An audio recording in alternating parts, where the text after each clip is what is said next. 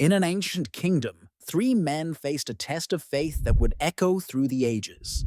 Shadrach, Meshach, and Abednego stood resolute against King Nebuchadnezzar's decree. The king demanded all bow to his golden idol, a symbol of his dominion. But these men kept their faith unwavering, refusing to surrender their beliefs. Enraged, the king ordered them cast into a fiery furnace. Yet, as flames licked around them, something miraculous occurred. They emerged unharmed, untouched by the inferno. The king, awestruck, acknowledged the power that shielded them. Their story remains a testament to the triumph of faith over tyranny.